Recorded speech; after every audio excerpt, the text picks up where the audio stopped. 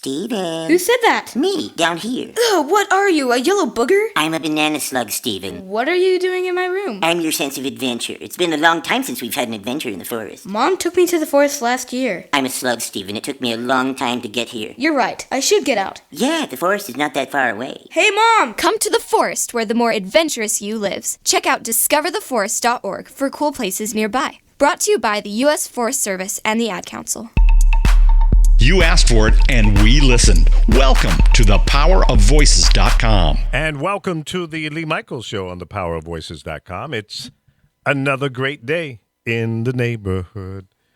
And Mr. Lee is on the radio. Good morning, good morning, good morning, good morning. How is everyone? I hope you all survived and had a good time over the weekend. Long, extended weekend because of the 4th.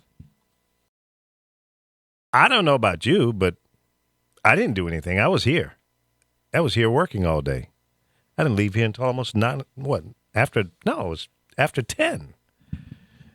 Yes, Lee Michaels has no life. But I'm happy. That's all that matters, right? Well, a lot of stuff going on in the world. Did you hear about the guy that fell in love online with a lady down in Venezuela? And he went down there and they were supposed to be getting married, engaged and everything. Now he's been arrested by the Venezuelan government. And he's not been in touch with his family for a few days now. So the family's trying to raise some money to get a lawyer to represent him down there. On what charges, we don't know yet. But it sounds a little fishy to me. And there's a lot of corruption in Venezuela. So who knows how this one is going to turn out. Also, Hillary Clinton not going to be charged. I hear the Republicans whining and crying like babies. They just knew they had the hook in mouth. And they were dragging her in. Did you hear Tammy's take this morning? Tammy, I thought she was going to cry there for a minute. She was like, distraught and been out of shape. And, some people just want to have this thing that people by nature are just wrong.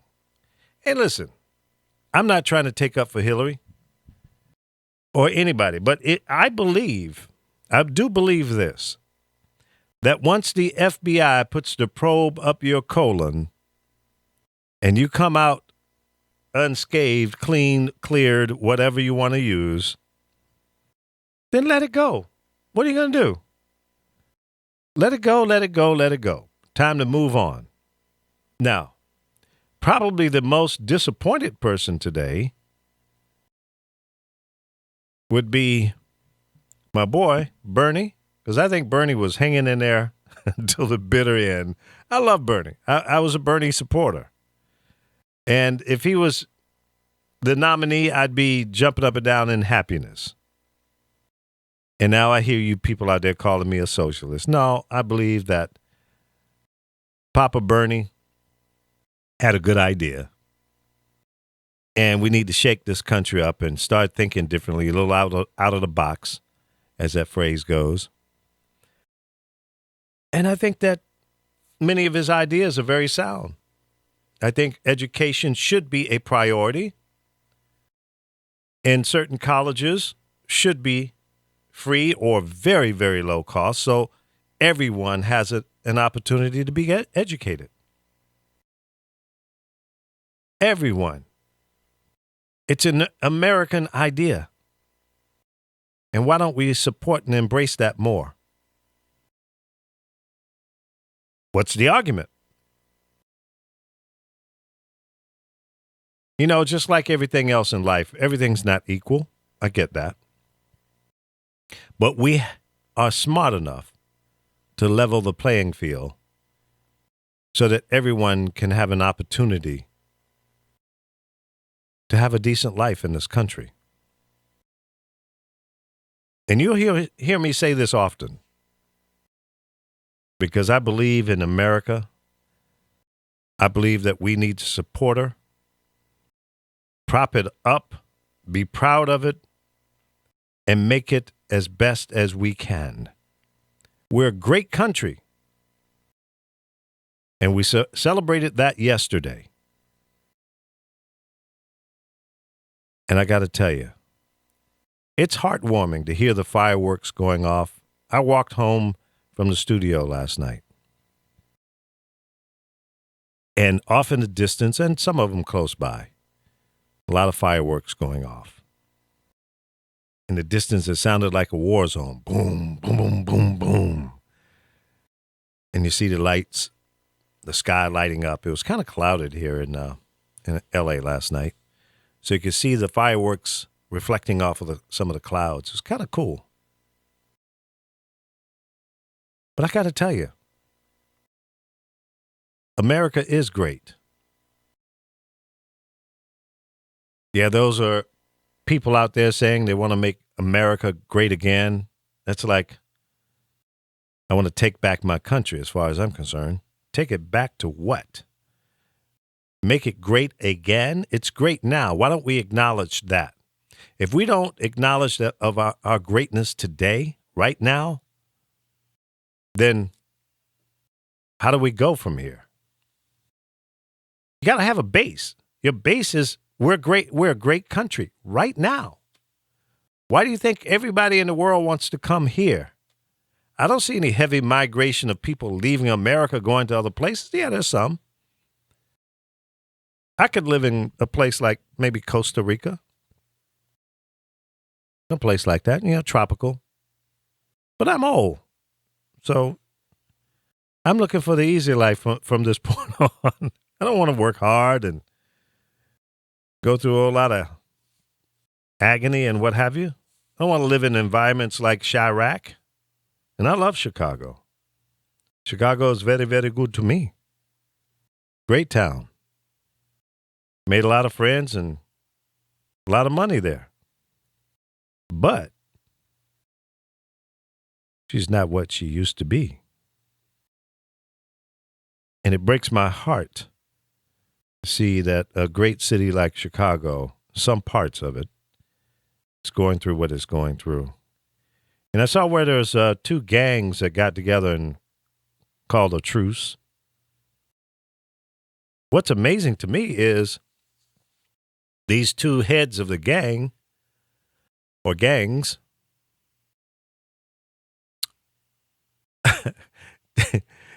I'm going, well, what have you guys been doing?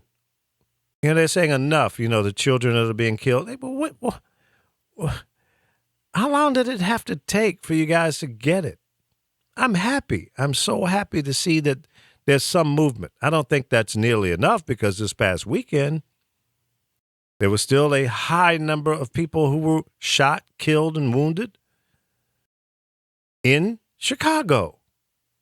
So these two gangs, so-called gangs, what role have they been playing in the violence anyway? Or is this some showboating? And I'm going to try to have these guys on the show because I want to talk with them. I want to find out what's really going on. I'm working on that hookup now. But turning our eyes towards the big story of the day, Hillary Clinton has been cleared by the FBI. They said, yeah, she did some stupid stuff. She was a bit careless, but they didn't find any criminal wrongdoing. So there'll be no charges filed. And I'll tell you, to be honest with you, I wasn't sure that she was going to be cleared. Not that I knew of any evidence or what have you, but I know that when, how do I want to say this? When certain people are trying to advance themselves up the ladder in their career, tend to have an agenda. And sometimes you have young prosecutors that want to be gunslingers and shoot somebody down. So I didn't rule that possibility out. And I figured that as long as it took them to finish this investigation, the longer it took, the better her chances of her getting off, because they had to be very, very thorough in this investigation to knock down any possibility of anyone saying that there was some internal corruption going on, as is being said now. And you're going to hear a lot of that. The Republicans are not going to let this matter go. They're not going to take it laying down. They're not, because they have nothing else to bitch about. They don't. This is it. This is their payday, their big whoop-de-doo. Hillary Clinton, she's got to be guilty of something, right? So trust me when I tell you, you will hear this from now on forevermore. And that's just the way it's going to be, because they have nothing else. And this is why the Republican Party is so tainted and doesn't function well, doesn't have any credibility, and will never be the power that it wants to be. Because they don't think right. They don't think like regular people. They don't. They don't have it in it. It's not in their DNA. They can't. It's got to be poison. It's got to be discontent. It's got to be some hate. But we're the party that freed the slaves. But what have you done for me lately? Nothing. What have you done lately for the people? Other than make yourselves richer and richer and richer. Listen, I have no problems with you making money, but don't stand in my way or anyone else's way. Yeah, I hear you. I hear you out there saying, well, nobody's stopping you. You can do whatever you want. See? But that's the bovine that you spew. I just don't believe that the Republican Party has it in them to do the right thing for the people, because they are bought and paid for by corporate America, insurance companies, pharmaceuticals, even some of the technology sector, foreign countries, the banking industry, Republicans, and some of the Democrats too. I'm not naive. Many of the career politicians have advanced their careers in being slaves to special interests. Now, if you want to talk about something, and I'm saying this to the heads of the Republican Party, you want to change something? Start there. Open your doors, your eyes, your arms, your heart to the people in America, and prove to us that you are real, and that when you come to us saying, come into the party, we want to listen to you, and we want you here to help this party grow to a new space. Because the space that we've been living in for the last 50 years or better, but not been a good space. It really hasn't.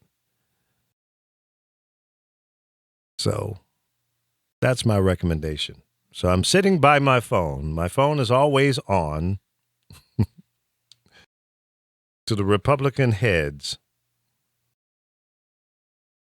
I'm waiting for your phone call. In all my voting career, I've never been courted by, invited in to the Republican Party. People ask me, why are you a registered Democrat? Because I feel more welcome there And although, now, to be clear, I don't buy everything that the Democrats are putting out as well. I'm more of a centrist, more of an independent than a Republican or a Democrat. And if you've listened to me before, you probably have heard me say, I grew up in a household where my dad was a Republican. My mom was a Democrat. And they used to have spirited debates at the dinner table or sitting in the living room watching black and white television.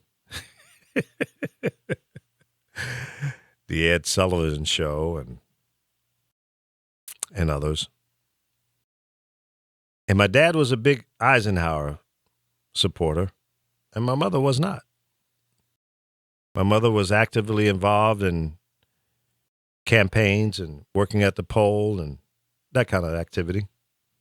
My dad didn't. He wasn't that engaged. But I remember him saying, hey, I like Ike.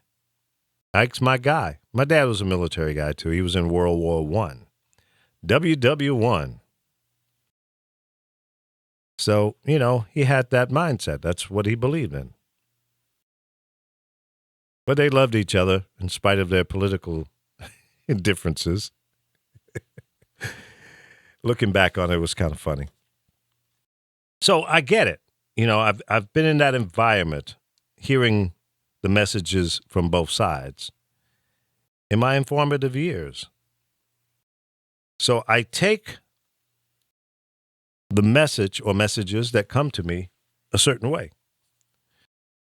And I try to read into them and I say, well, okay, I need to apply this information to my livelihood, to what's important to me and my loved ones. And then I go from there. There's no other way of trying to figure this stuff out. And I say it all the time. When you go to the poll, before you go to the poll, you've got to do your due diligence. You got to do your investigation on the various candidates. Not just the presidential. I'm talking about governors, senators, congressional members, both at the U.S. and state level, mayors, Congress, city councilmen, or ward members, depending on where you live and what you call it in your local area. But the guys that represent your neighborhoods.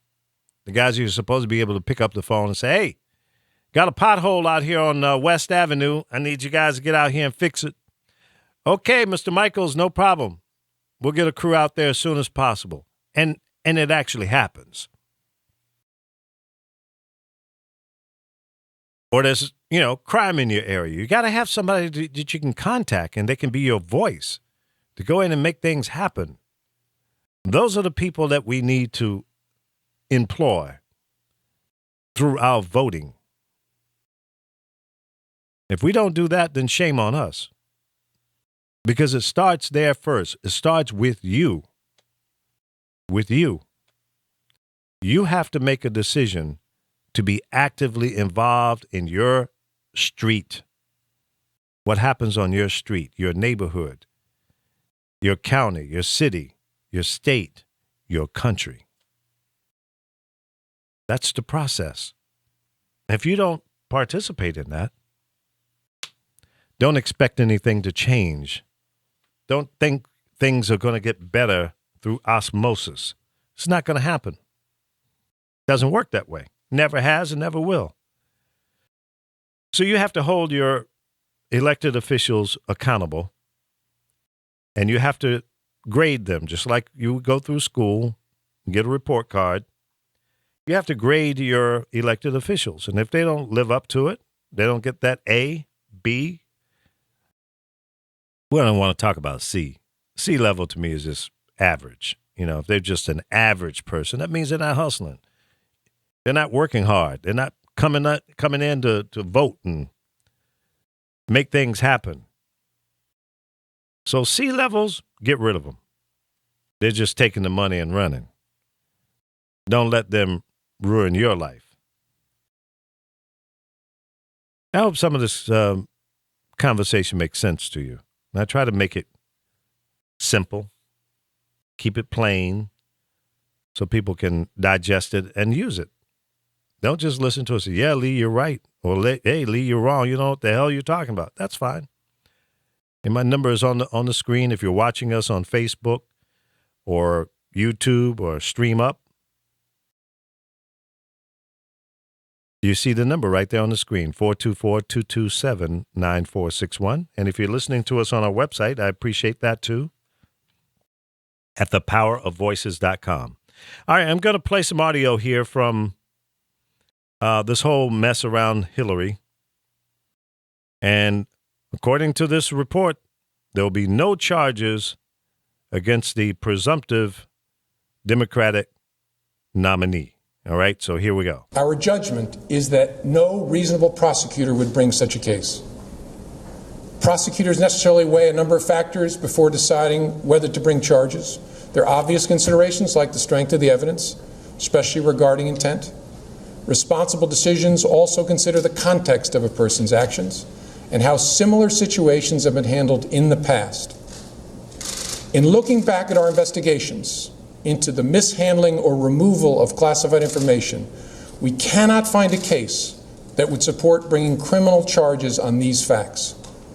All the cases prosecuted involved some combination of clearly intentional and willful mishandling of classified information or vast quantities of information exposed in such a way as to support an inference of intentional misconduct or indications of disloyalty to the United States or efforts to obstruct justice.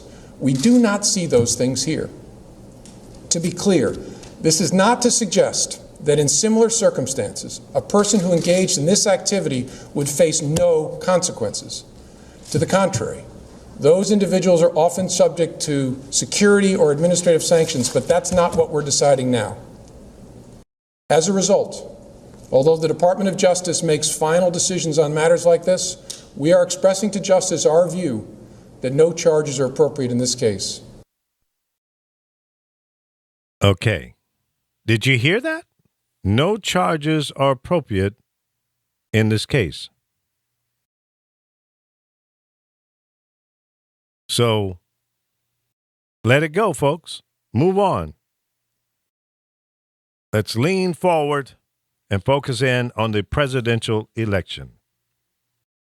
There's nothing more to say about it. Hillary Clinton will not be charged with anything. And I'm sure the Republicans are pissing and moaning, jumping up and down, not happy about it. Get over it. You don't trust the FBI? So where does it stop? Where do you say, okay, it is what it is. The findings are in. Let's move on.org. You know? I mean, really. It's time to move on. We got 2 conventions to deal with, one in this month. And it's time to lean towards that. Let's have some fun with the Donald and Hillary. It should be comical, as it has been already. The Donald is a mess. He is. Now, you want to talk about something. You don't want to talk about a loose cannon. You want to talk about a guy that might do something real crazy in the White House? One thing I can say about Hillary, she's got the experience. She's got the relationships. While sometimes she might look a little crazy, she's pretty consistent. Her message is clear in terms of where she stands on all the issues. There's no maybe in my mind. I don't see her as a flipper. You know, John McCain was famous for flipping, and other people that have run for the top job. But I just don't think Hillary will switch up on us. She's been very clear and precise, concise about her stand. During the whole primary with going against Bernie. There were clear differences between them, but not vast. They were not, far apart. Bernie was for $15 an hour. Hillary was for like 12. And what's funny about either one of those, whether it ends up being 12, 10, 12, 15, it doesn't matter. Because if it takes 2 damn years to get it into play, you got to work your way up to 15. So by the time you get to 15, the 15 is going to be like 10 because inflation goes up every year. Cost of goods and services goes up. So if they changed it today, it's going to take 2 years or so to get to 15, if 15 becomes the new number for minimum wage. So, I'd be pushing for 17, 18, starting anew at about 12 or 13. It'll get there a little faster because we need help now. American workers need help today, right now, not 2 years from now. And $15 an hour is still not a lot of money. By the time you get taxed on that and, you take out your necessary expenses, your rent, or God forbid, if you got a mortgage at $15 an hour, you're already sucking wind. It better be 5 people in the household making $15 an hour to afford a mortgage of any kind. But I got an idea, folks, and I'm going to bounce this off you guys a little bit later. I'm not going to talk about it right now, but I've got an idea of how to deal with affordable housing for a lot of people. It should be a fun project. But listen,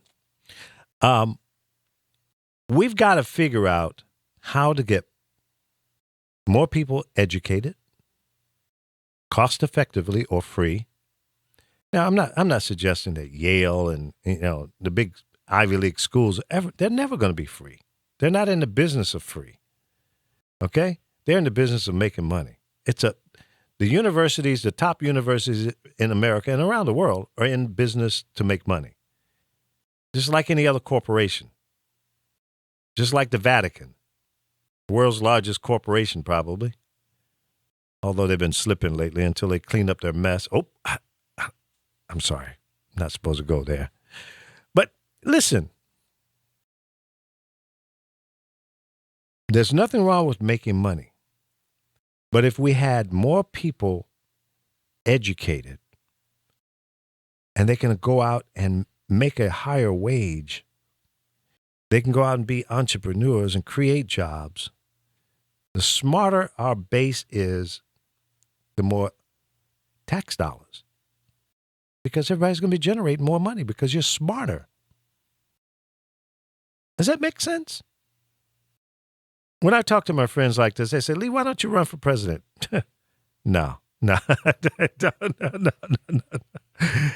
I'm smarter than that, but not that smart. No. But see, here's the thing.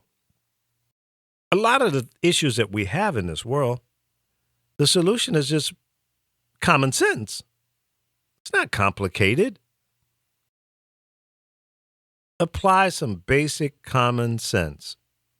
Do the math. If the numbers work, the numbers don't lie. Look at the math. Look at it. Look at the charts. Look at the charts. The charts don't lie. You remember him? What happened to him? You don't hear anything from him anymore. 424-227-9461. Hillary Clinton will not be charged. It's time to move on. Dribble the ball down the court. And let's get a new president elected. That's what we got to focus in on. Plain and simple. That's the agenda. That's what we got to focus in on. But watch the mudslinging. Oh, my God. Because the history. See, the things that I talk about is based on history. Not some pie in the sky, some stuff I'm pulling out of my butt. Here's the thing. History has shown us that the presidential races especially get real nasty. And it gets nasty when whoever's behind can't see a victory. So they start mudslinging.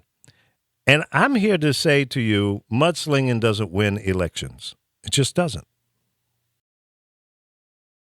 Because we're smarter than that. We can see through the mudslinging. And quite frankly, we're sick of it. The voters are sick of it. Look at what they did to President Barack Obama. They called him every name in the book. They tried to make him the devil. That his mother was a bad person. His dad was a bad person. His grandparents are horrible. All of his friends were criminals. The church that he went to was like a place for devil worshipers. I mean, come on. He wasn't a U.S. citizen. Thank you, Donald. As it turns out, none of that was true. He's not the Antichrist. You have people like despicable, disgusting Rush Limbaugh call him the little black man-child. How disgusting. Don't you have any respect for the White House? No, they don't. They don't.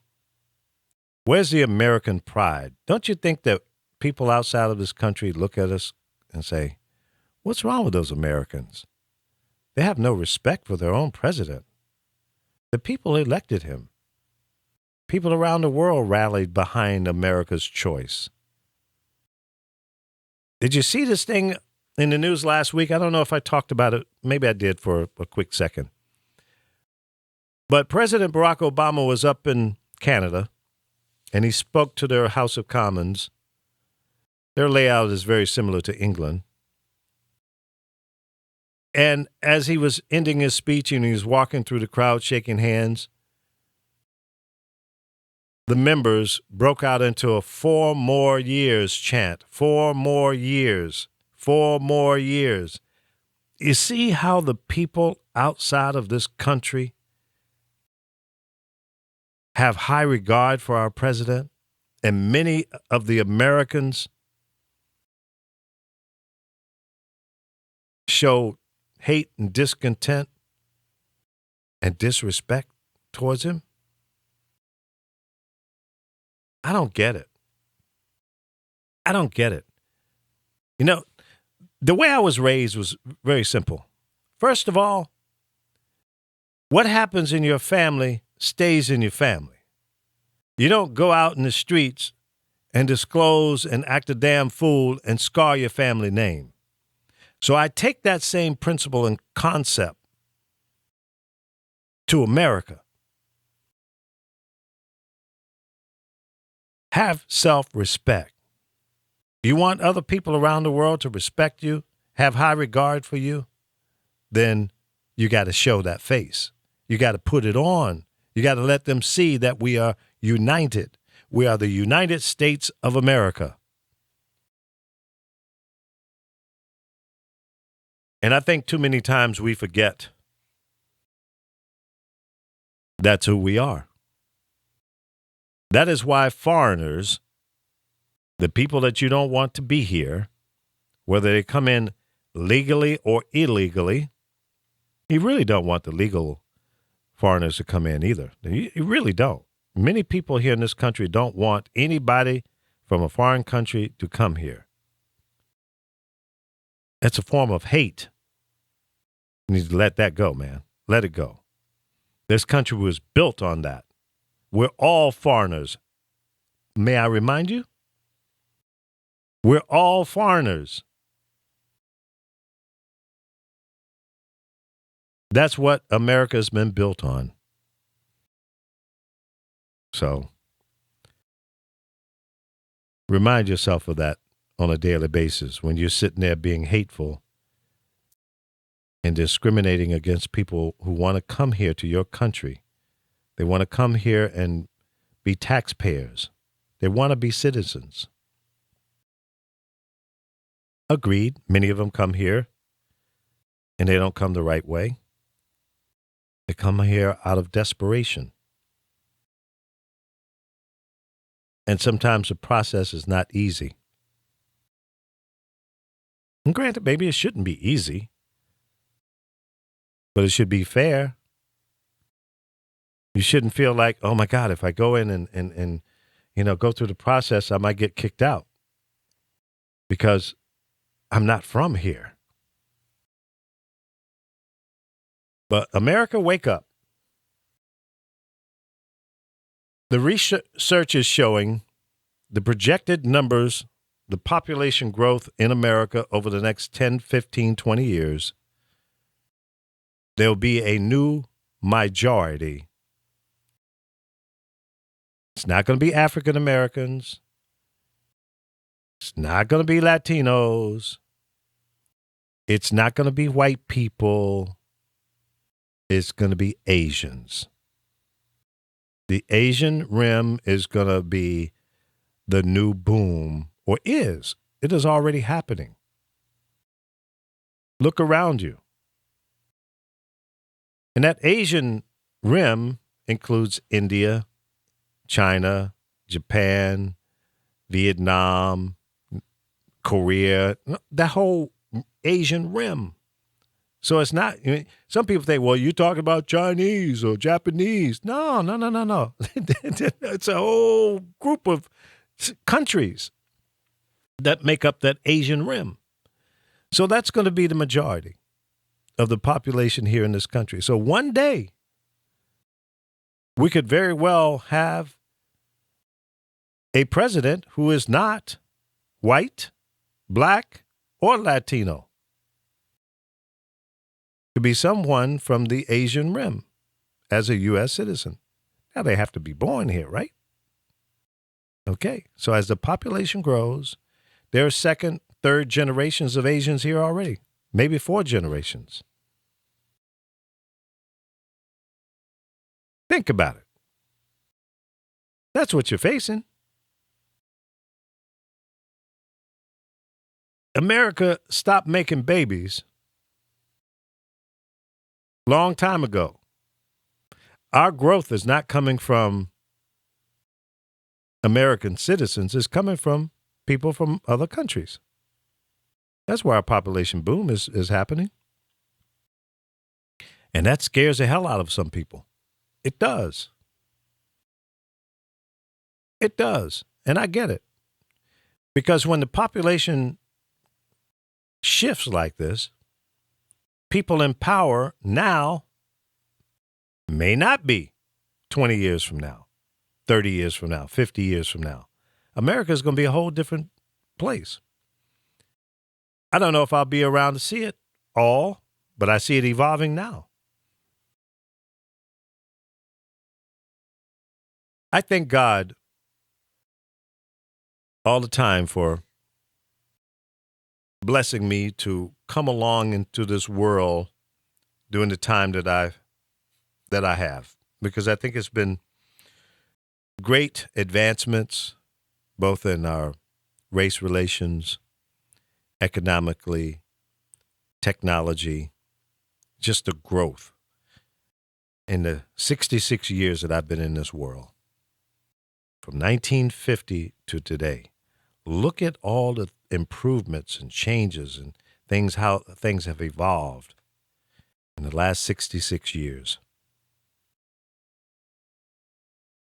So if I live another 20, I'm pushing for like 30 more years because I got some more stuff to do. So I pray for at least 30 more years. If I get 30 more years, I feel like I'll have enough time to help more people. And I'm anxious to see where we'll be, not just in the broadcast industry, radio, television, but technologically, where will we be? If you told me 10 years ago that, Lee, You'll be sitting in front of a computer in the near future talking to people around the world without having to be on a major television network or a major radio syndication network and all of that. I would have said, what are you on, crack? What are you smoking? How are you going to do that? But my mind was open to the concept, and I was looking and reaching for the possibilities, the opportunities to build that idea into reality. I knew in 1997 what was missing then for streaming audio on the internet. The big obstacle was bandwidth, because we were still on dial-up at that time. Many places, most places, those who had an ISDN or any kind of high speed was very expensive. But this was missing for the most part. Smartphones, or a device that could be portable that people could listen or watch video on. The first major step to moving that forward was Microsoft's Windows Media Server, which they gave the software away for free. Real Audio was out before them, and it was very expensive, $70,000, $80,000 for a couple of hundred streams. So most people couldn't afford to even play around with that. So when Windows came out with its free media server, they gave you an opportunity to stream to as many people as you want without any limitations other than your hardware and your bandwidth. Those were the limitations at that time. So when smartphones came into play, I remember the first phone I had that I was able to listen to audio. I was in a grocery store one day, and I was so excited that I got it to work. I forgot what I was in the grocery store for. It was like, damn, it's working. I got it working. Look at this. I can hear my station on my phone. I was so excited. And I knew then. I said to my friend Sal in Chicago, and I used to sit around and talk about it all the time. So, man, that's the only thing we need. We need a modern-day transistor radio that I grew up on. So this, my friend, is that device. Similar to what I used to listen to as a child. That's what our children and grandchildren are being raised on today. So 50 years from now, what will it be? Who knows? Who knows? How small that device might be or how large it might be, we don't know. But it's coming. It's coming. It's in development. If it's no more than an idea right now, somebody's working on the next big thing. And you know what? I hope and pray it comes out of America. Let's continue to be a leader in technology and development. There are many great things that are still coming out of America. We're just manufacturing it somewhere else, and we need to stop that. We need to figure out a way how to make everything that we come up with, let's make it at home, because it helps us. It puts more people to work. It improves our neighborhoods, gives us the ability to prosper and pay more taxes so that we can keep our streets going and our infrastructure. Let's show our home pride. Let's make it do what it do. Let's continue to be leaders and not followers. Let's set the pace for others to follow. That's how we got to where we are today. Not by following other people, other countries. Set the pace. We got to set that. Raise the bar. Don't be afraid.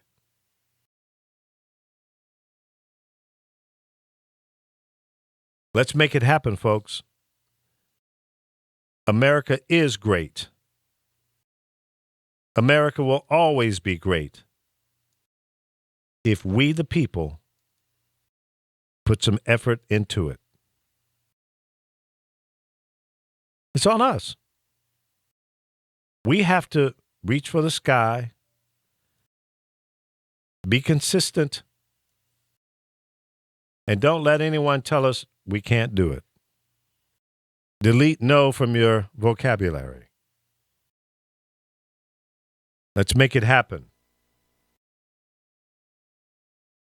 We're at a real critical point in the world with all the bombings, people blowing themselves up. See that one right there? I can't get my mind around that one at all. There's nothing you could say to me to convince me to go and strap some explosives to my body and walk into a crowded place and kill other people. If it's a drug, I don't want it. If it's an ideology, I don't want it. And I don't know the answer to that problem. How do we fix that? My gut feeling is through love for self first. We got to get people to love themselves, love their families, love life. Life is great. And we've got to get people to understand that living is better than dying. I think that's the key. And no matter what God you believe in, you got to get the right interpretation on love and life, respect, honor.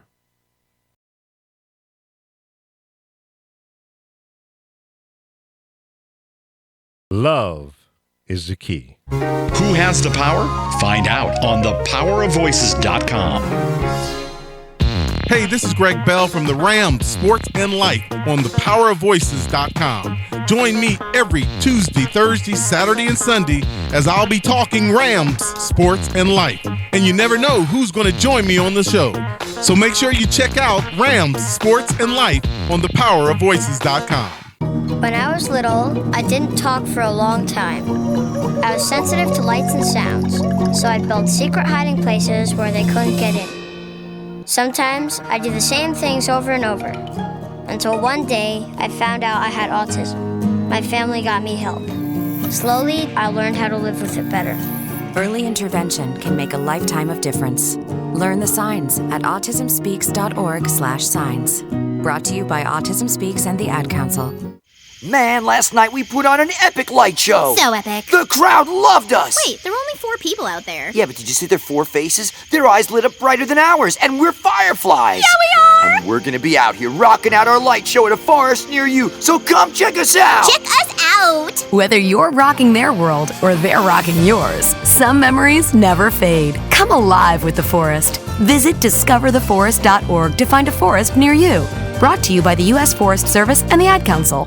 Hi, I'm Layla Ali. I might be undefeated in professional boxing, but there's one problem I can't fight alone: childhood hunger. 17 million kids in America struggle with it. That's why the Feeding America nationwide network of food banks gathers surplus food and gets it to hungry kids. Join me in supporting Feeding America and your local food bank at feedingamerica.org. To help solve hunger in your community and to find your local food bank, visit feedingamerica.org. Brought to you by Feeding America and the Ad Council. Can you hear it? Change is coming. Thepowerofvoices.com. Welcome back to the Lee Michaels Show on thepowerofvoices.com. We're live Monday through Friday, 10 a.m. to noon. 10 a.m. to noon, Monday through Friday, and that's Pacific time. Don't get it twisted. I got some friends that said, man, I was listening to you. I tuned in at 10, but you weren't on. I said, you're in Chicago, right? Yeah. So that's noon your time. Oh. It's funny how some people still can't get that time zone thing right. You know, it's funny. We got a caller. Welcome to the Lee Michaels Show. Who do we have? Spy Boy. Spy Boy. I take it that you had a good 4th. I had a great 4th of July. Yeah? Did you barbecue and have some fun and go out and do some fireworks and all that kind of stuff? No, I worked. I went out and I hustled a little bit. Okay. And, made a little money. And watched all the beautiful black folks down here for Essence Festival. Oh, yeah, that's right. How did it go? It was a big turnout and everything? It's a smashing success. Smashing success. I like that. That's a good thing. Yeah. It's always good to see people get together peacefully. Yeah. Gather. That's right. To join hands and have fun. There you go. How's the weather down there? I hear it's smoking hot, huh? Oh, you wouldn't believe it. I think I must have lost about 50 pounds or so. But I'm sure none of it was in between your ears. You didn't lose any of that up there, huh? Well, I didn't have much in between the ears to begin with. Oh, what a great sound bite. I love that. Thank you very much. I'll use that in a promo. Yeah, I never been accused of having too much brain. So. Yeah, Spy Boy admits that he does not have a high IQ, especially when it comes to politics. Speaking of that, Mr. Spy Boy, give us your reaction to the FBI saying no charges on Hillary. Well, there are probably a lot of people in jail who are scratching their heads right now, looking for an appeal. Looking for an appeal? Yeah, looking for an appeal. You know, because a lot of worse. A lot of people were not, I guess, accused of worse transgressions. Yeah, sitting in jail right now. For worse than that, yeah, right. Yeah, okay, I get your point. For least than that. Right. So, do you agree with the findings? Are you happy or disappointed or what? I'm kind of ambivalent right now. I have to say, if I were to say anything, I'd probably be more disappointed that the rule of law did prevail. So, do you think she was guilty of something? Well, she mishandled the email. That's for sure. Mm-hmm. And according to Obama, she's the most qualified person. So if she's the most qualified person to be president, heaven help us. Well, we're gonna need that Constitution to work overtime to protect us from gross incompetence. Gross incompetence. Well, listen, not to make excuses, because I don't like to make excuses, but I'm simply of this mindset. Were there some mistakes made? Yeah. Did it cause any life loss? Doesn't appear to be. There are claims from some people saying that this email server was hacked. I don't see any proof of that. I haven't seen anything in the reports from the FBI confirming that the server was hacked or information was distributed to the wrong people.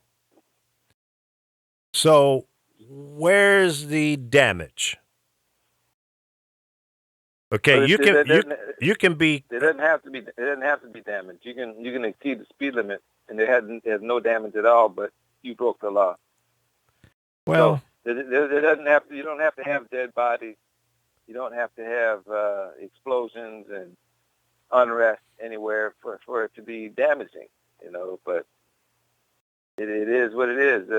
This guy has spoken. I trust you. You saw that.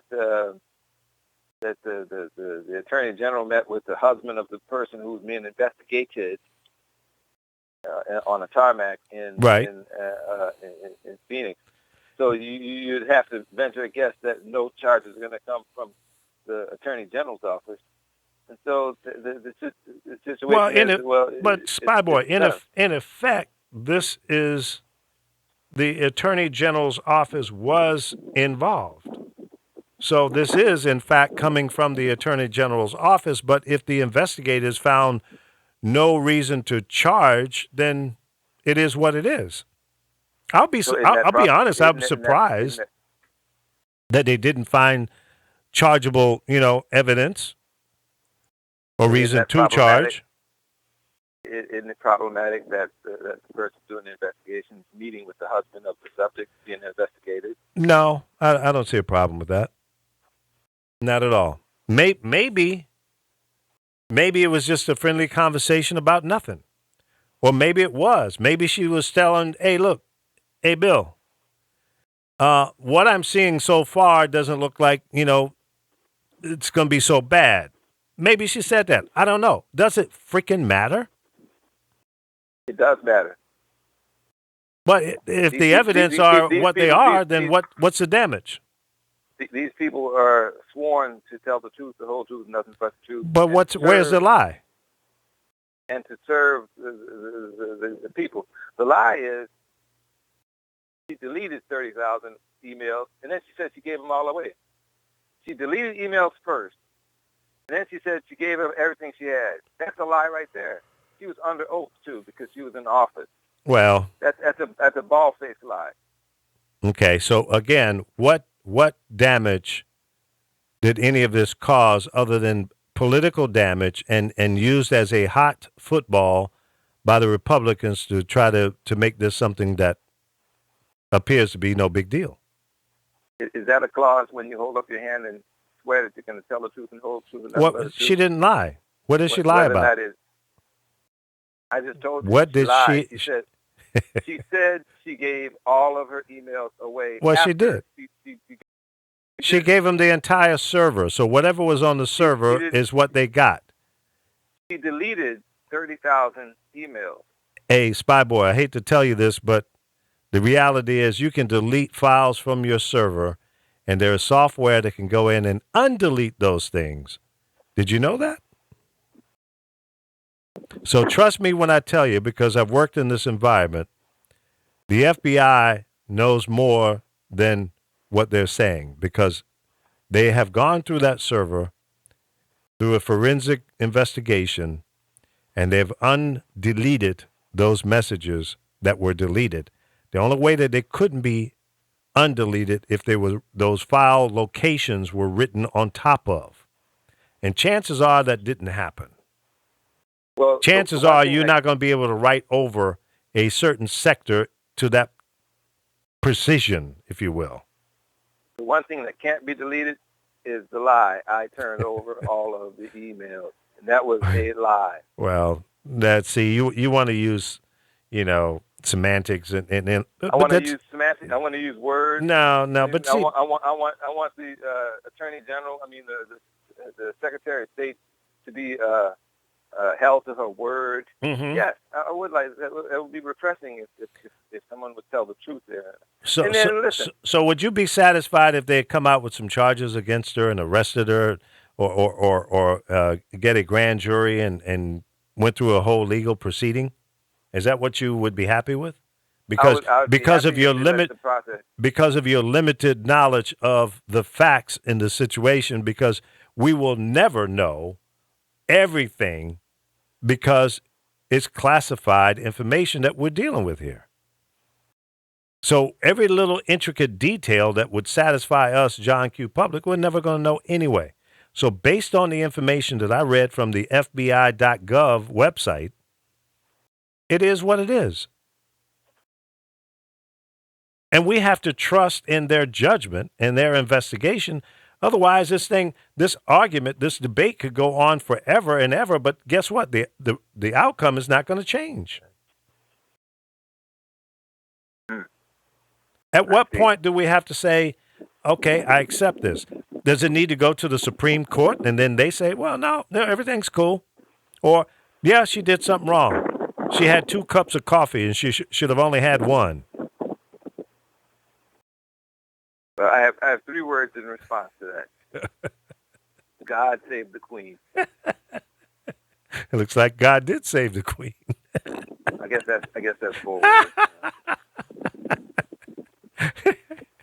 I talked about it a little earlier in the show. We got to have a little pride in our wonderful country. Don't try to disface our country. Wait, whoa. Time out. The person defacing the country is the Secretary of State lying about her. Here we go. That just citizens want whatever. laws to work. Yep. Is not tearing the country down. Okay, Spy Boy. But nevertheless, it is what it is.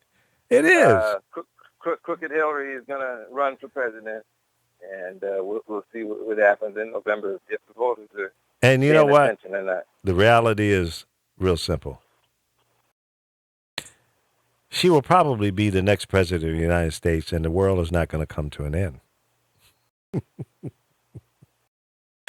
And I know that drives you crazy. The thought of having Hillary Clinton, the first female, as a president of the United States, drives you crazy. It's a bit concerning. Yes, it is. It is. But the world's not going to come to an end. And chances are we're not going to go into any new wars. I'd like to think that maybe the shit that we're in, we can conclude some kind of way and let these countries defend themselves. I don't want my grandchildren to go out there and fight. I don't. They come here, then it's throwdown time. Quite frankly. So we have to wait for them to come here first. Well, listen, we got military bases all around the world. We have the greatest military might of all the other countries. So we're doing what we have been doing forever and a day, and it's been working, except that on 9/11, we were sleeping at the wheel, and we were not ready, had never planned or thought of somebody using commercial airlines as weapons. I'd like to think that we're smarter than that now. We weren't smarter than that after September 11th. Before September 11th, actually. Well, how did it happen if we were smart? Well, they tried to blow up the World Trade Center prior to that. Well, that is true. That is true. And I would hope that we learned something from that. Didn't learn anything. Well, that was a little bit different, not to make excuses, but if I remember correctly, that was a truck driven into the parking lot underground of the World Trade Towers, and that's a little different than an airplane flying into it. The concept of blowing it up is the same. I get that. So did they put more protection on that garage level so that couldn't happen? I bet they did. I'm sure they did too. Yeah. But who was thinking that some nutball whack job crazy people would fly a damn plane into a building? That's not the first time a plane has been flown into a building. That's been done before, but not for the same intent. Well, not with the same intent, right? I'll tell you who knew. The people who ran the flight school, where the guy went to, said, "We don't want to learn how to land a plane. We just want to know how to fly it." That's a peculiar request. Well, it is. It is. And he went to the FBI with the information, and the FBI sat on it. Well, that's not good. The FBI screwed up on that one. It's going to happen again. Well, let's hope not. I'd like to think that our FBI investigators, our process is tightened up. And listen, things are going to happen that we are not aware of. Those are called surprise attacks. In every war that has happened, every great general would testify that, damn, we didn't anticipate that. We thought we had all the holes covered. But if somebody really wants to get to you, they probably can and probably will. But then that leads to us to choose a effective commander-in-chief, not somebody who's asleep at the wheel, not somebody who misses the 3 a.m. phone call that comes in the afternoon. and both parties to that argument missed the 3 a.m. phone call that just came in the afternoon. Who are you speaking of? To be clear, Obama and Hillary. And now, what about the 9/11? Who was sleeping then? Who was sleeping? Who was sleeping when the first attack on the World Trade Towers? Who was asleep when it happened in not Omaha, but where they blew up the building? McVeigh and his team. Who was asleep at the wheel then? That's your best excuse? No, it's not an excuse. You bring up that's your best excuse to bring up other instances. No. I'm bringing it up to make a point of it's going to happen. It has happened, and based on the history. Bring it up to make excuses. No excuses. I'm making a point that it has happened under several different watches. It is impossible, and our enemies know that. As much as we know about them, they know about us. The difference is we are an organized military. We have some of the greatest military minds on our side, and with our allies, we're fighting some people who don't give a damn about life, their own or yours. I submit to you, Spy Boy, that is a tough enemy to fight. So Lee, what is the solution? Kill everybody?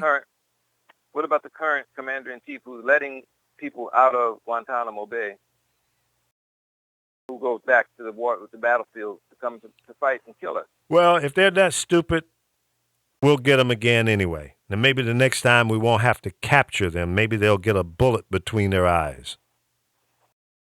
We'll use them as target practice. How's that?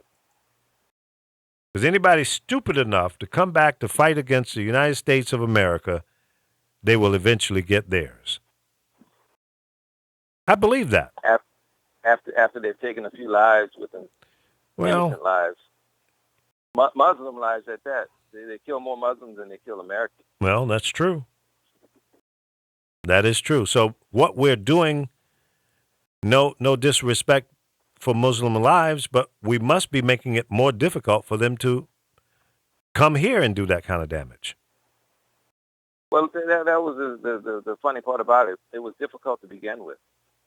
The guys on September 11th were found out a long time, but the FBI ignored the sign.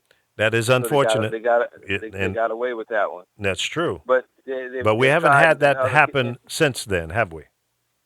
It's not for lack of trying.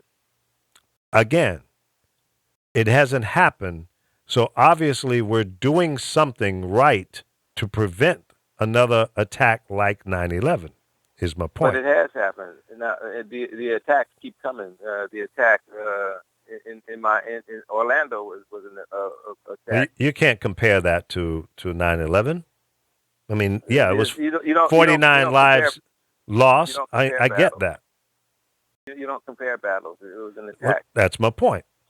But it was not, and I'm still not convinced that this guy did it as a supporter of ISIS. I'm not 100% on that. I think that might be part, but not the whole.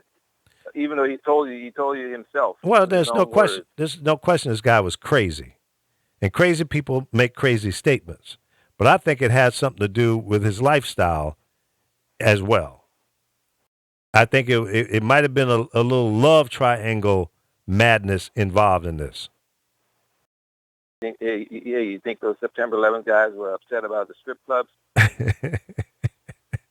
Yeah, maybe they weren't treated fairly in the strip club. Maybe so. I don't know. I don't know what's going on in the minds of a crazy person or people. There's no way of knowing everything. And that's why I'm saying we're doing a pretty good job. Since 9/11, we've done a pretty good job. I think it could have been a lot worse. We've obviously done a lot of things right to minimize the capabilities of our enemies, at least here at home. After September 11th, who fought the first battle? After 9/11, what? After that first plane crashed into the building, who fought the first battle? Who fought the first battle? Yeah. Well, we took it to them in Iraq, in Afghanistan. The first battle was fought on that plane that landed in the field in Pittsburgh. Well, yeah, based on what we know, yeah. So then we know that was a one-trick pony. That was only going to happen once. I don't believe that. Americans are not going to stand by and let somebody attack them. Those are the true heroes. No question about it. But to say that that's not going to happen again, I think is a bit naive. I'm going to say that it probably will. I'm going to say that there's somebody trying to figure out how to do it. They haven't gotten that far as of yet because it hasn't happened. But to think that, oh well, they're not going to try that shit again. I'm not going to be naive on that one. Mm-mm. You ever see a dog wrapped up on?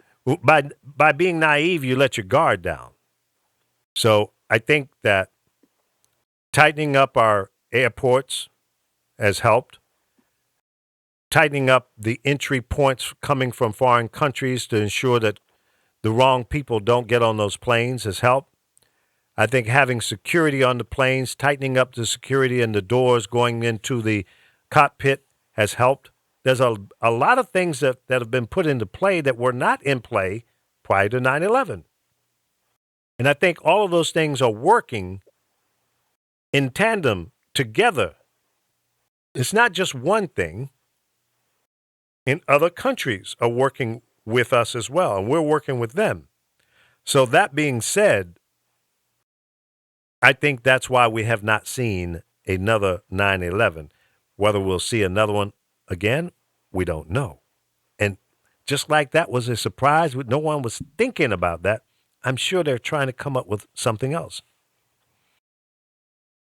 And maybe in some... You have confidence that Hillary Clinton's going to be able to do the job? I have confidence in America, not one individual. I would like to think that our military might, our generals, our admirals, are giving her or whoever is going to be the next president the right advice. That's what I believe in. Whether it's Hillary or Donald, my only problem with Donald is I'm not sure that he has an IQ 2 points above plant life, that he would be able to sit in the Oval Office or in the war room and say to his generals, his advisors, that, okay, you're telling me ABC, well, I think we ought to go XYZ. That's what is troublesome to me. The guy is loosey-goosey. Things that come out of his mouth are quite frightening to me.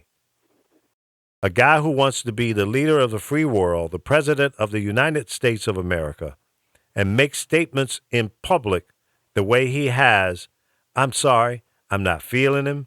I cannot vote for anyone like that. And it's not personal against Donald Trump. It's just the stuff that's coming out of his pie hole. What about the incompetence of the current president? He's the smartest guy in the room. Well, no one in this country is smarter than Obama. That's your point of view.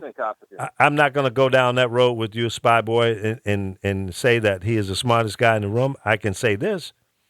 In spite of all the opposition, he's done a pretty good job. You think so? I say job well done, Mr. President. Yes, and not because he is half black. You like the job that he's done? I am happy with the job that he's done. And as I said a few minutes ago, people around the world have high praise for our president, including our neighbors north, the Canadians, who said 4 more years, 4 more years, 4 more years. Obviously, that's not going to happen, but it shows high regard and respect from our northern neighbors, from the Canadians, to chant that in their House of Commons. But we want to sit here and try to demonize and put the man down. So obviously the world has a different point of view of our president. And it saddens me that we won't support Canada's not big enough to be our stepchild. See? No matter what, you're going to try to minimize anything positive. It's got to be negative. Some big conspiracy always going on in your mind, Spy Boy. You need to let it go, man. There are more people in California, Illinois, and New York than the entire country of Canada. And your point is what? Just because it's not more people than we have, they're not smart, they're not respectful, they're not intelligent. 75% of the Canadians in the country live within 50 miles of the United States. And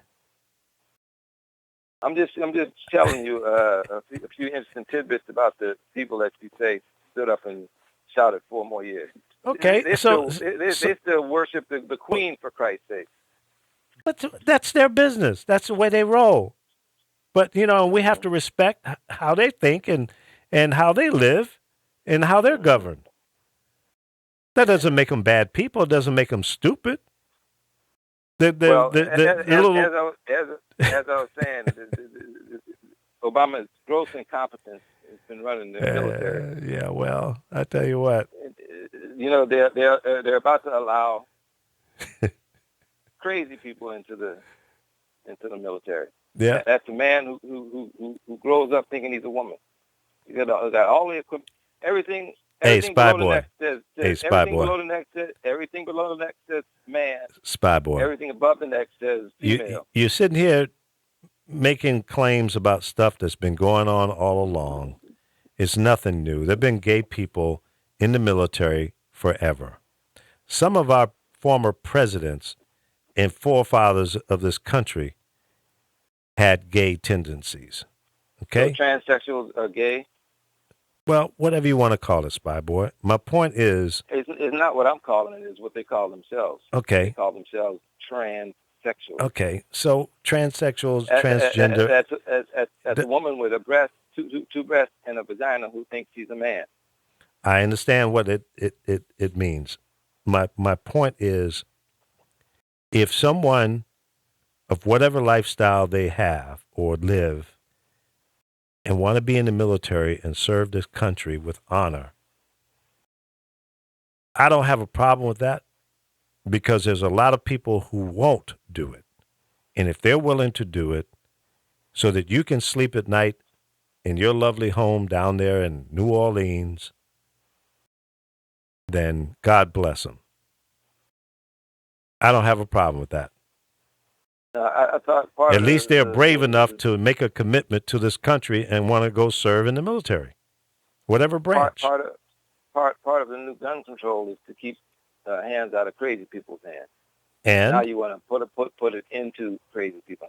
And now I'll go out on a limb. I'm telling you. You're way out there on the limb now. If you think you're a man and you say you're a woman, you're crazy.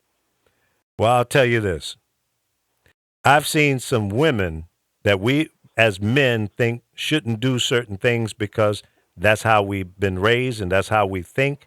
We don't want our women in the military on the front line. I've seen some women kick some plenty ass. I've seen some women that can shoot a good gun. I've seen women that can shoot a good bow and arrow. So I don't have a problem with that. Is that why they lower the standard? Is that why they lower the standard? I don't know about lowering standards, but I can tell you, I know a lot of military men that have said to me that if they were in battle, they would not have a problem to the left or to the right of them, a female soldier on the ground with them. Now, I know there are some people that are a little worried about that, but I think that comes from us as men being protective of our women. And I get that. Nor do I want to see... Hold on. Slow down, Jim Shoe. Nor do I want to be in battle and see a woman tortured or taken advantage of in any way. Now, that's a possibility. But that woman has made a decision knowing that that is a possibility. It is no different than a man putting his life on the line going into war. So if you are of a mindset, you have the strength the commitment to go to war. And during many wars, even including right here in the United States of America, women were on the front line, shooting those guns. Back in the days of a musket. Right? You know your history. You know that to be true. When pressed into action, women have been Okay. on the front line. Okay. So what's the difference?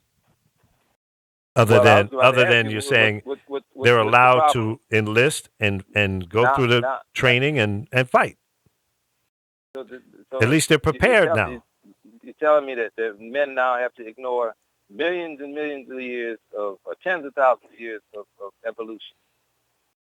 No, what we have to do is embrace the evolution. Things are evolving. Things are changing. Some we might agree with, some we might disagree with, but it's going to change.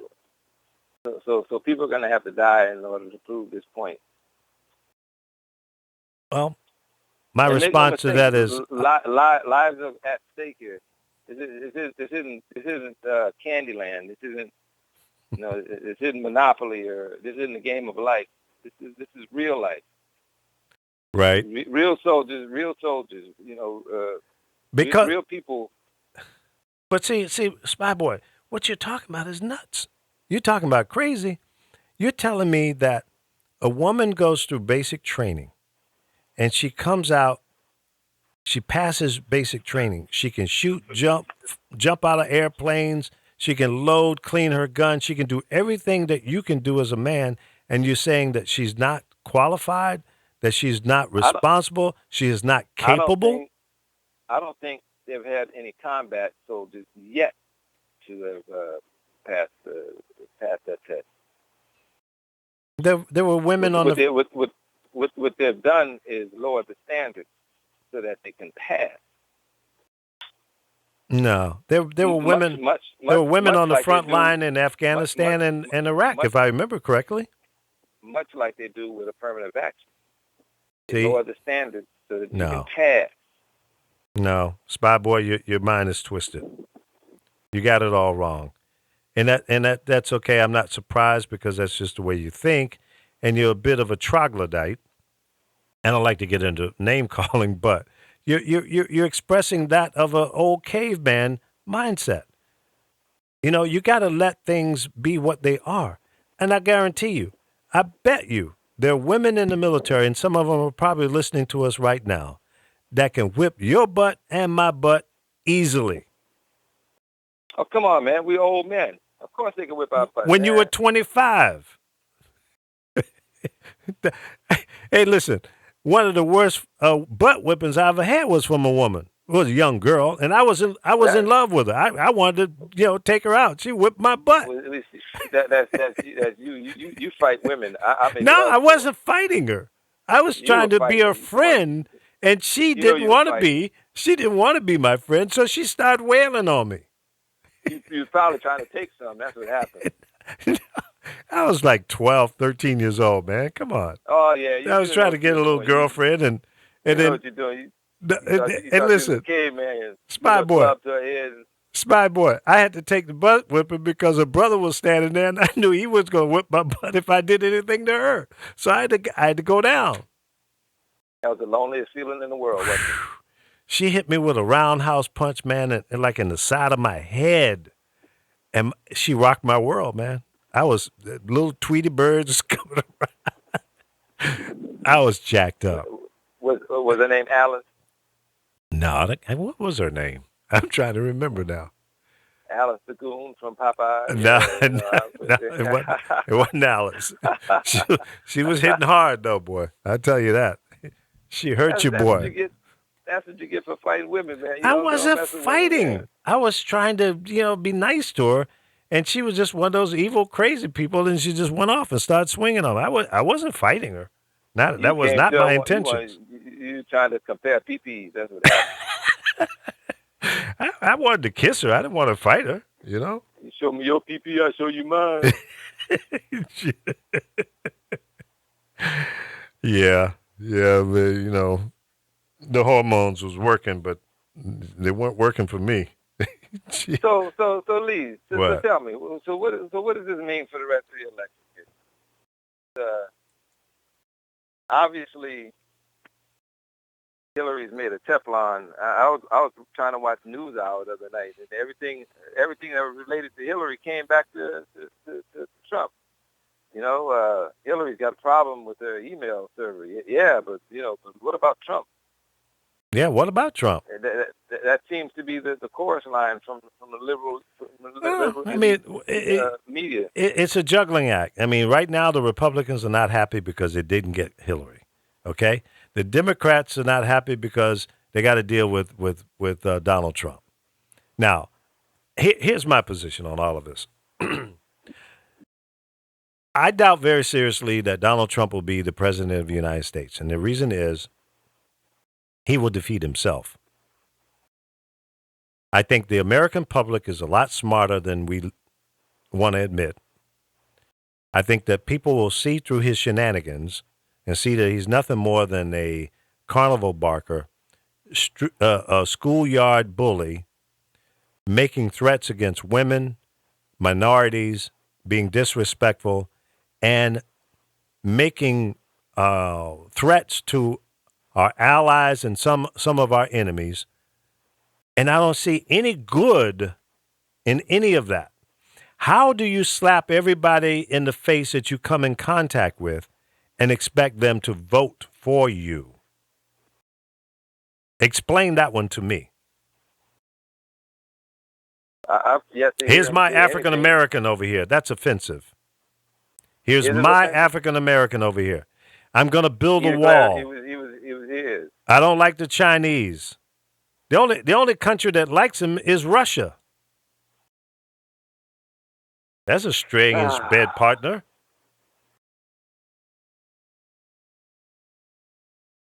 And Hillary's better than that.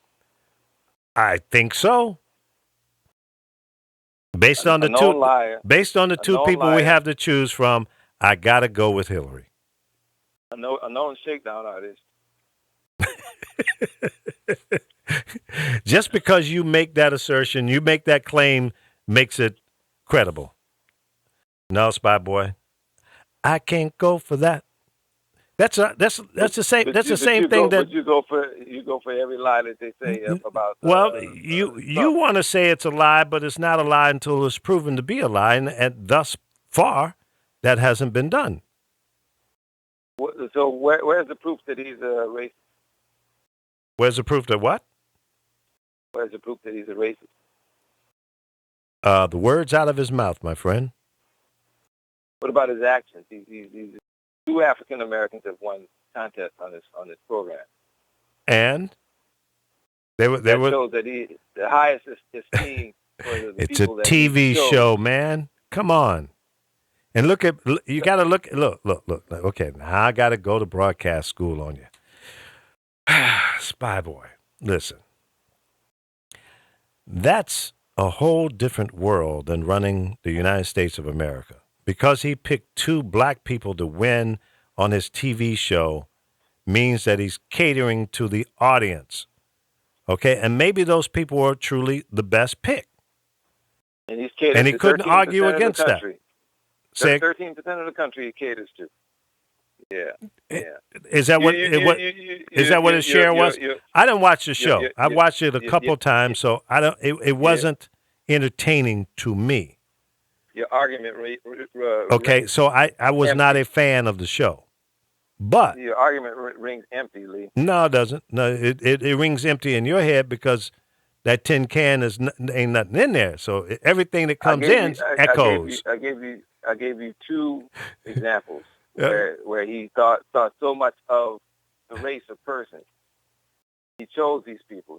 He chose them regardless of what the ratings for the television show was. Regardless of who he was pandering to at the time, they won.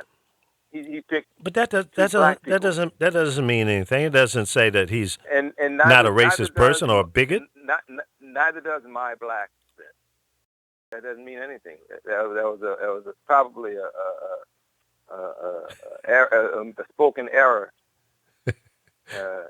Something made he made an error. He was trying to get his allocate out. No. Come on. When you do something repeatedly, if you do something one time, and then you come out and say, you know what, I made a mistake. That was not my intent. That was not what I meant.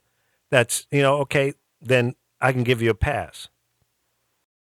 But when you make the statements that this guy has made out on the campaign trail, look at that guy, take him out. Back in the old days, we'd take him out on a stretcher. What does that mean, Spy Boy? It means that people who come in and disrupt a meeting will get taken out on a stretcher. No, it doesn't. It means that you got a hateful. You got some malice in your mindset by making that kind of statement publicly. And if you make that kind of on a microphone on a campaign stage, man, come on, Spy Boy, you can't be that naive. You can't be that naive, man. You said once is a mistake. And he said it more. And he said it more than one time at different venues. I get it from you. Once is a mistake, twice is on purpose, right? And three times is criminal. You're talking about somebody that needs to be arrested and investigated. He's the man. Two black people won this contest on television. So what? Twice. They deserved it.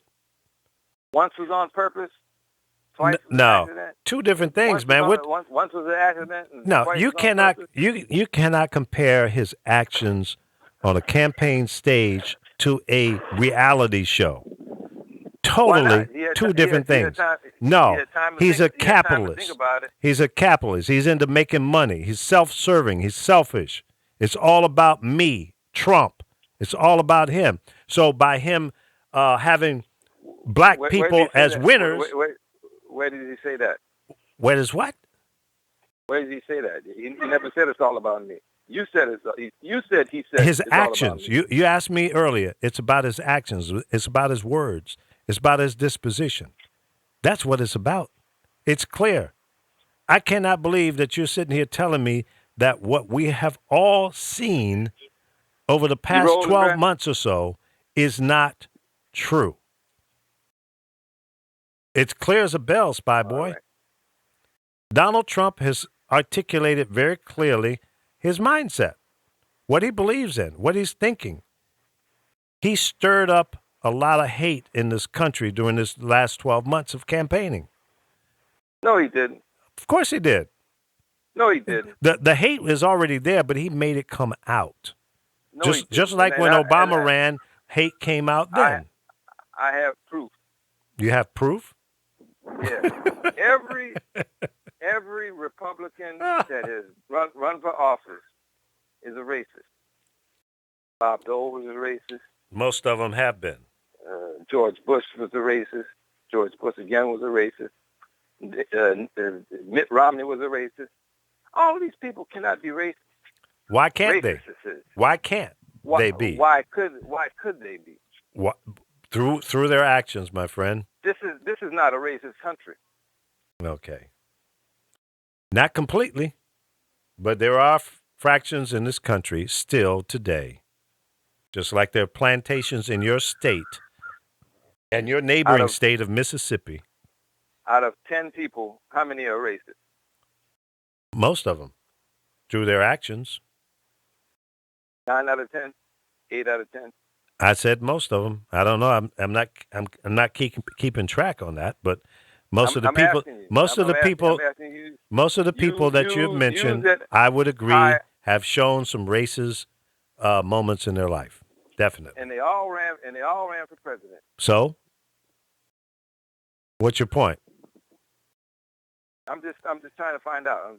Yeah. Every time somebody runs for president. When you look at a person's campaign, who they're pandering to, how extreme they are, Spy Boy, it's very clear in terms of what they're thinking, what they believe in, who they are. So you're That's not hard to figure out. That the majority of people in this country are racist. I didn't say that. Your black I didn't say that. Is not on a plantation picking cotton today. Never have and never will. So then how can this country be so racist? There are parts of this country, there are people who still do not like people like you or me. Would you? Put a number on it. Put a number to it. I don't know. Give me your best. Give me your best guess. I don't know. I would say it's too much, whatever that number is. I would venture to say that openly, I would say that it appears to be low. But behind the scenes, inside the homes of some Americans, there's a language, there's a attitude, there's a mindset that still exists that's negative. Lee, you're playing semantics with me, man. No, I'm not. I'm being honest. I'm being very honest and open because I have friends. I have friends that have admitted this to me, who are white, and they were honest. That they're racist. Yeah. Hold on a second here. Hold on. I want to bring in someone else into the conversation. Hey, Jesse T. Hey, Michaels. You're on the air with Spy Boy and myself. What are you up to today? What kind of crazy are you getting into? Hey, you know me. I'm always getting into something crazy. That's just my name. I know. That's right. From 5 to 6, I got Matt Birch, Mr. Repo. You know the big buff white ball on Operation Repo. Yeah. Big time Matt Birch is going to be checking in with me. We're going to be talking about what's happening with the FBI today and what they did with Clinton. I had the last name of Clinton. I'd rob a bank. I know I wouldn't go to jail. Heck no. See, no. See, folks, this is what I was talking about earlier in the show. There's some people That's just right. not going to accept the outcome of this investigation. And they will. I'm one of those. They're going to use this as the ugly stick moving forward through the campaign, and it is what it is. So get ready. Here I'm comes. going to be ugly sticking all the time at 5 o'clock. This stick is going to get so muddy and so ugly. Oh, it's going to dig deep. It's going to go fracking, baby. I'm fracking North Dakota style. I'm going to do the fracking and the freaking. Not only that, but it's not chocolate ice cream that they're serving you. It's not. If you sat there and you smelled it, you could tell that it's a load and keeping hot pile of mess. What are you talking about, Spy Boy? He's talking some good talk. I like what he's talking about. Whatever he's talking about, I love it. The Democrats are serving you chocolate ice cream. You've been eating crap all this time. Oh, okay. All right. I got your point now. Well, I tell you, I'm not a Democrat. I'm not a Republican. I'm not a libertarian. I'm not a conservative. I'm not an evangelical. I'm just Jesse T. in the place to be, saying it like I got to every day. It's you and me and the world according to Jesse T. Guerrero. That's right, baby. Matt Birch, Operation Repo. Matt Birch is checking in with me. All right. Let me tell you, you think I got a point of view? Matt Birch, POV, he's going to let it fly today. He's just an honest American. And we all know who Matt Birch was, busting bad guys on Operation Repo for 12 years. Right. So he's got some good things coming up. Going to talk about his new show. Going to talk about where you can meet him.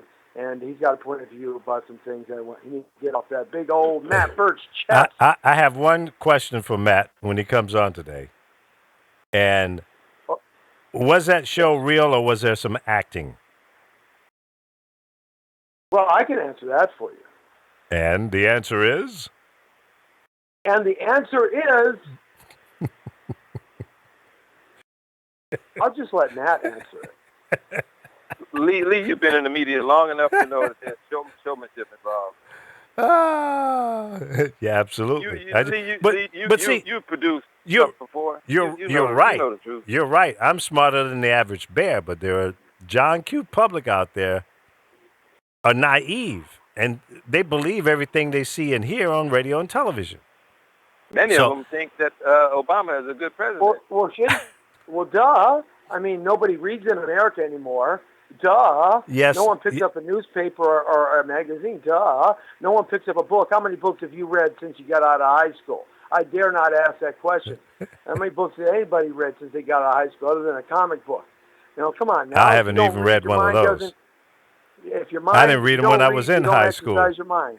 Oh, I do. I read. I'm talking about comic books. Well, you know, I liked Gigantor. Gigantor, Gigantor. Remember Gigantor? No. Oh, I love Gigantor. You know what, ladies and gentlemen? You're listening to Jesse T, who is live here at 5 p.m.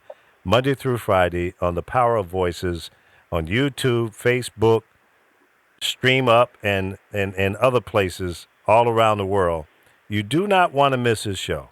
It is entertaining, and sometimes he even makes me scratch my head and go, what? Hey, would you get off my car? I wanted a burrito. I didn't want a hot dog.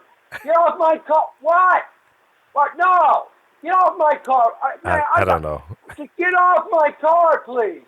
Oh, wait a minute. That's not my car. Sorry. I got the gray ghost. I forgot. Hey, I'll see you today at 5, live at 5, straight on the point. It's the Jesse T Show. See ya. Bye. Are you sure that's not my car? Wait a minute. Bye.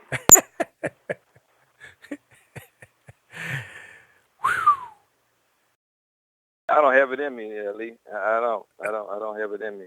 You don't have what in you? I can't do that. Do what? What that act you just heard there? Yeah, I can't do that. I'm sorry. Sorry to disappoint you. That's Jesse T.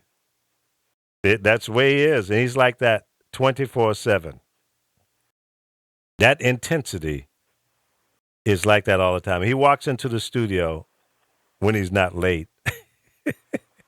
And all the air gets sucked out of the room. Yeah, and then he's here till 9, 10 o'clock at night. I want to go home or do something else, but he's like a movie that never ends. You think you know the ending of it, and it doesn't end. It's a sequel. But he's got a very good show, so I'm excited about what might happen today. But you never know. That's the great thing about his show. Very unpredictable. 5 o'clock this afternoon Pacific time. Jesse T being the place to be. You got to see it. It's unbelievable. Okay, so going back to your belief that. Well, let me ask you a question. Do you believe that there is any racism in America? Of course there is. And what percentage would you say? They're on the margins right now, so I don't have a number either. I'd say maybe 1 out of 10, half out of 10. So half of 1 out of 10. So 5%? Not even that. I mean, it's such a small percentage of people right now. Well, 1 out of 10 would be 10%, and a half of that would be 5%. Right?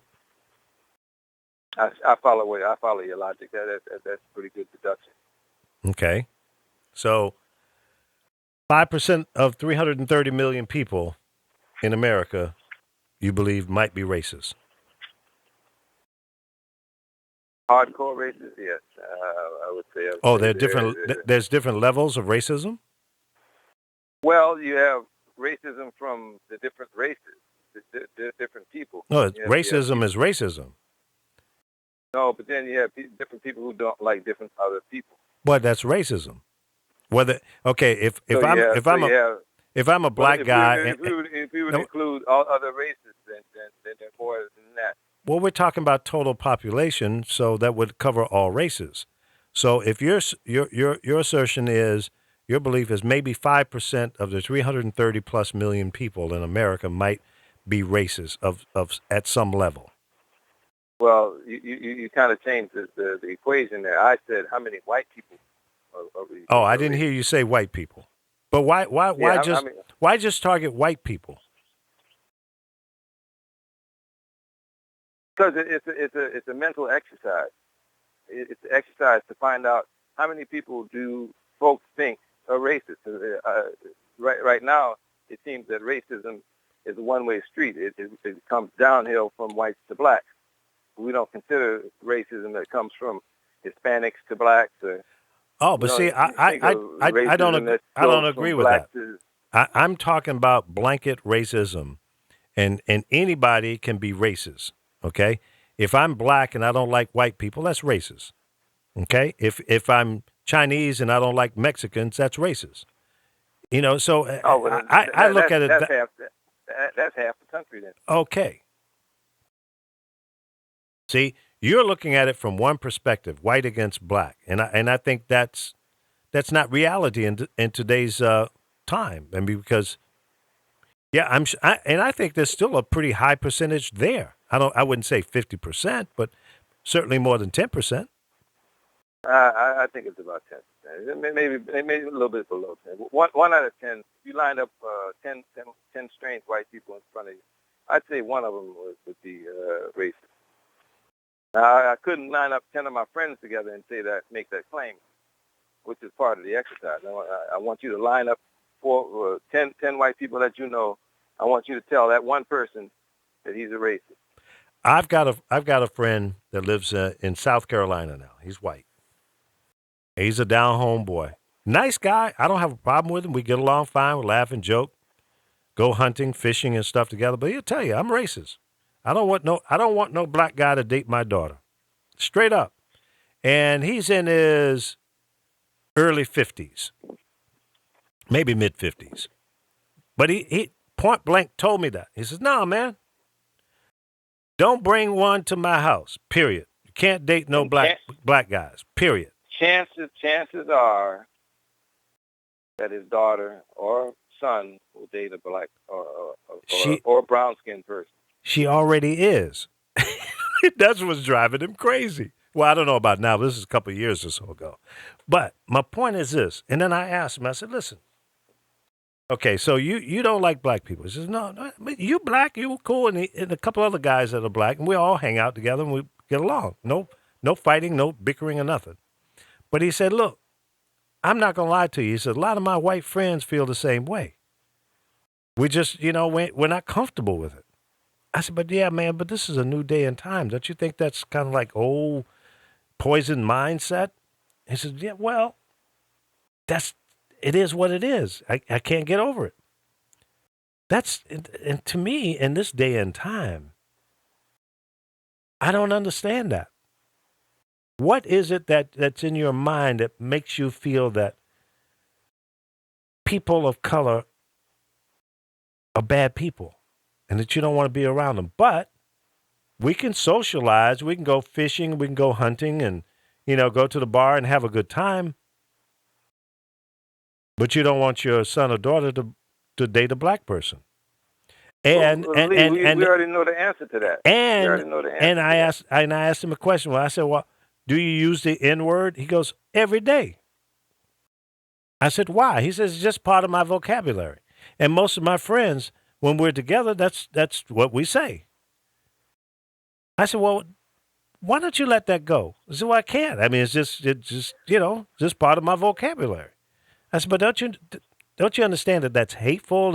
It's hurtful to use that kind of language?" He goes, "Well, he didn't see a big deal in it because it's embedded." But he's not the kind of racist that won't, if he's in a restaurant, he'll look at the black people sitting over in the corner kind of racism. And I've experienced that. In my travels on the road, driving around, going from coast to coast, north to south, I've been in those situations, going to a little small town, a little restaurant, and all the conversation stops. And don't be a black man and with a white woman. Oh, damn. You're talking about the clock stops.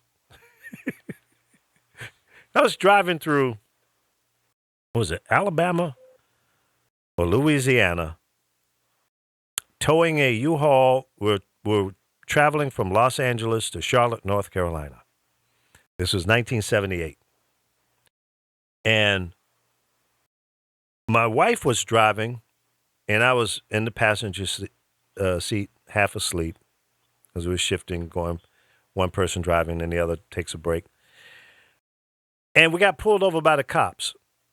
Actually, we stopped at a gas station first, and the cop was in the gas station, and they saw us come and go and get gas, and then we pulled off. About a mile down the road, that same cop pulled us over, and he asked my wife to get out of the car and come to the back of the car to talk with her. And he said to me, "You stay in the car." I went, "What's this all about, right?" So my wife goes back there, and he asks her if everything was okay. And she says, "Yeah, everything's fine. What do you mean?" He goes, "We want to make sure that you weren't being hijacked or, you're in the car with a black man." And she goes, "Well, what's the problem? This is my husband."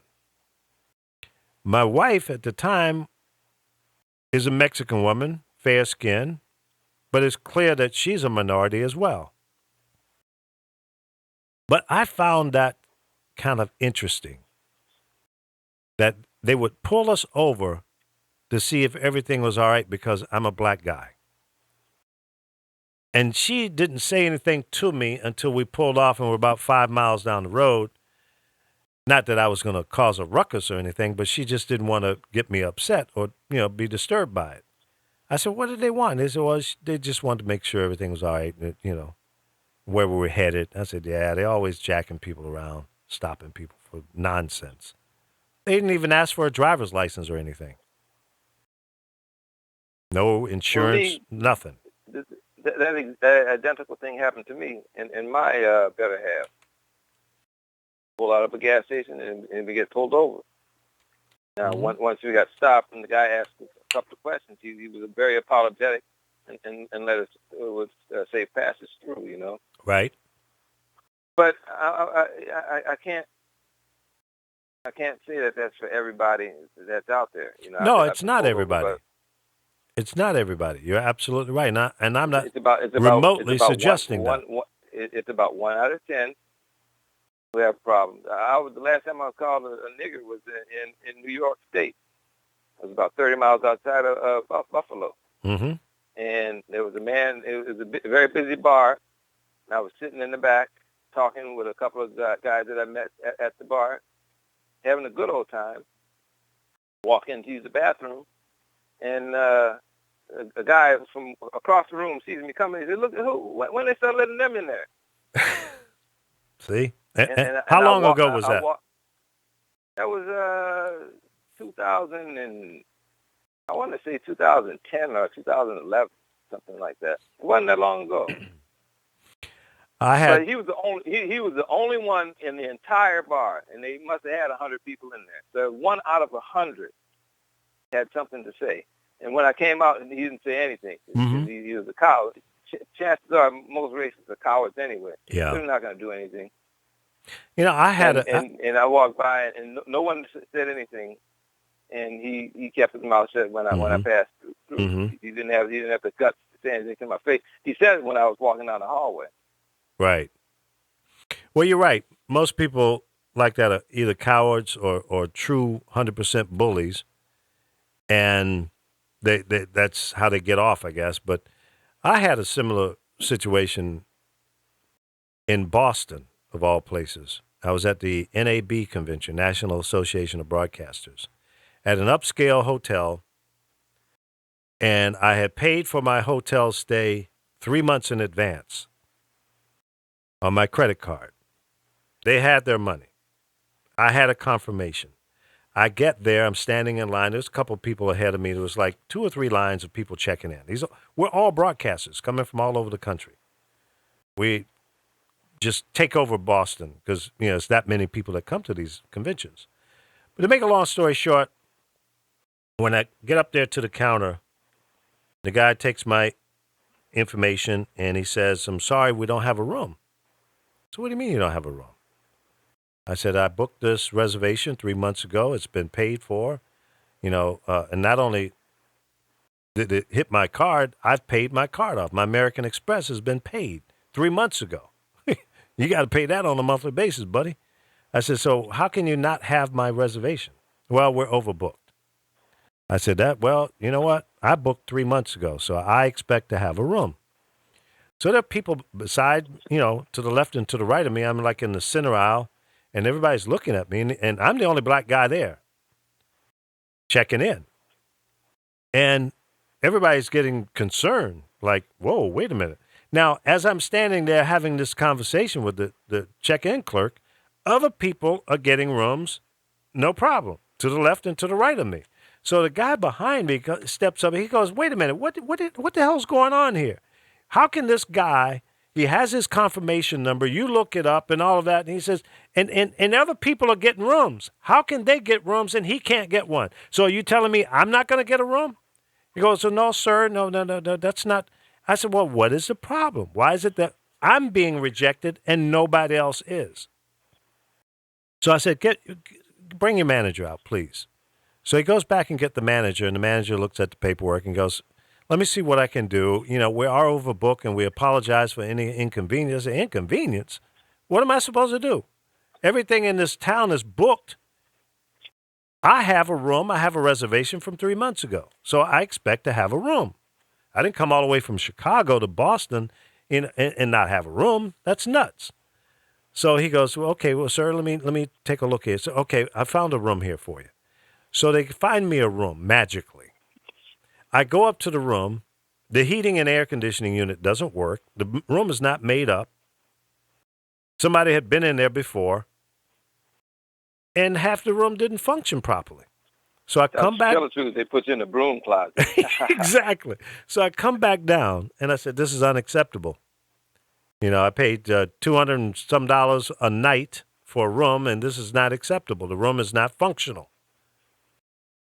And they magically found another room. But look at the bullshit I had to go through, which was unnecessary. And why would they put you in a room that's broken? And they knew it. Because you're black. Because you're black. They did it just because you're black. Now, see, a lot of people believe that, you know, these type of things wouldn't happen up north. And my point is, it can happen anywhere. Up north, down south. You see, one thing I can respect about a good old boy from down south, he'll tell you right up front. You know exactly where he's coming from. If he doesn't say it out of his mouth, you can see his whole disposition, what he's thinking, what he's feeling. Up north, they're more politically correct, and a smile on your face will stab you in the back. So that is the difference. There is no other way of looking at it. Racism is alive and well in the United States of America. I hate it. I wish it would go away. It's a poison, and if we could get rid of that, we could move the ball further down the court. I never forget this. Lee, can I convince you that there wasn't a racist occurrence? It wasn't? What was it? No. A computer glitch? It was an overbooked hotel. Hotels routinely overbooked. Yeah, man, but how do you pick and choose? Who can get the room? If you're overbooked, then everybody in that line shouldn't have been able to get a room. That's not true. Well, they were trying to make it true. So how does that work? Explain to me in less than 30 seconds because I got to go. The night before the day begins, they cordon off rooms according to people who have reservations. And yours just came up and they moved you out. Simple as that. Why? Why didn't they contact me and let me know that there was a problem, that they overbooked? But see, that's like if they have 500 rooms, they're not going to contact 500 people and say, "Hey, you know, there's a possibility that you're going to get." Well, they should. They should. They didn't offer me any kind of accommodations anywhere else or anything.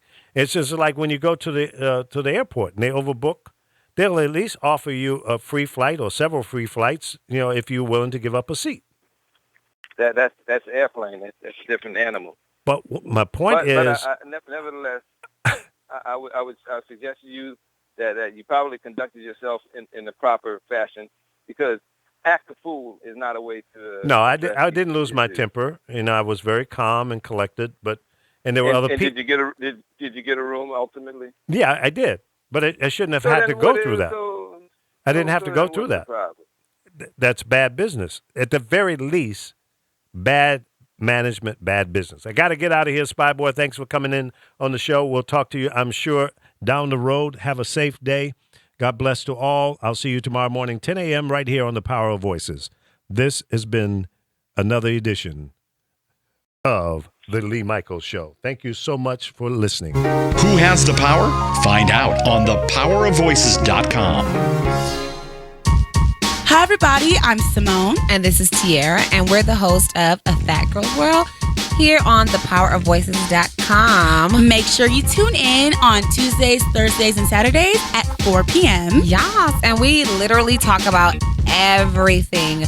Typically, women things. Women things, but we get personal. We get personal. Super real. So if you guys like real, here's a place to be. At A Fat Girl's World at thepowerofvoices.com. It's important